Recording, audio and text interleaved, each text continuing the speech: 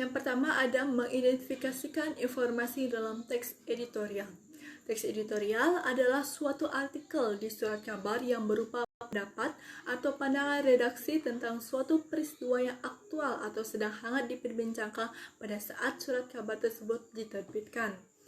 Nah, isu atau masalah aktual tersebut dapat berupa masalah politik, masalah sosial, ataupun masalah ekonomi yang masih ada sangkut pautnya dengan politik. Contoh isu yang diangkat seperti kenaikan harga BBM, perombakan kabinet, kebijakan impor, dan lain sebagainya. Nah, teks editorial sendiri biasanya akan terbit secara rutin di koran ataupun majalah. Ada dua tujuan utama dari teks editorial, yaitu yang pertama mengajak pembaca untuk ikut berpikir tentang isu aktual yang sedang hangat diperbincangkan.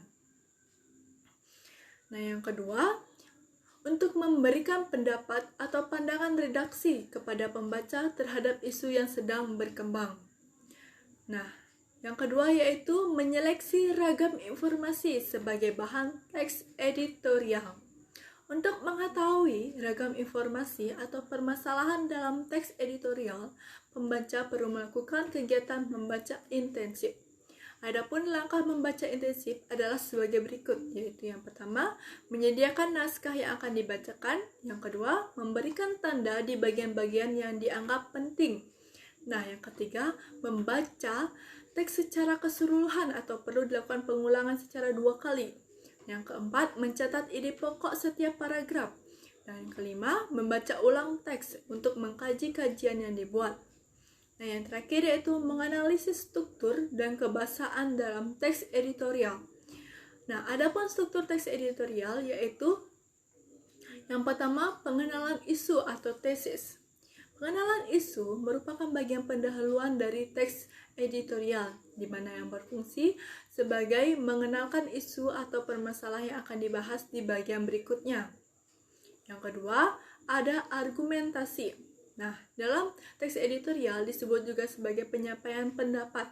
Bagian ini merupakan bagian pembahasan yang berisi tanggapan terhadap isu yang sudah diperkenalkan sebelumnya.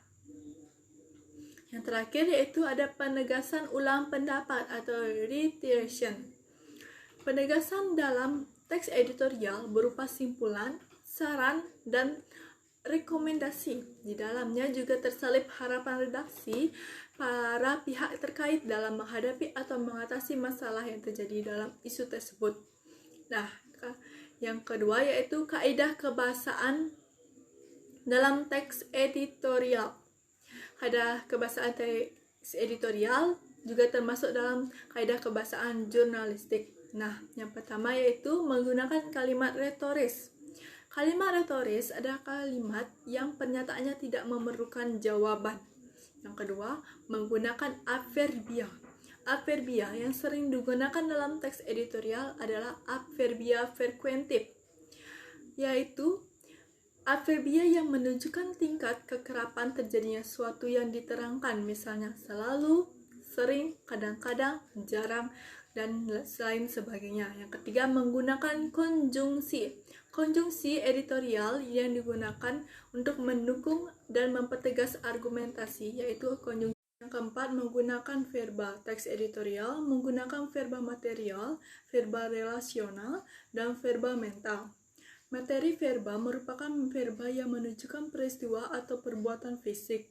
Verba rasional adalah verba yang menunjukkan adanya hubungan intensitas suatu dengan yang lainnya. Mental verba yakini verba yang menunjukkan adanya persepsi, yaitu misalnya melihat, merasa, dan sebagainya. Afeksi, misalnya suka, khawatir, dan sebagainya. Dan kognisi, misalnya berpikir, mengerti, dan sebagainya.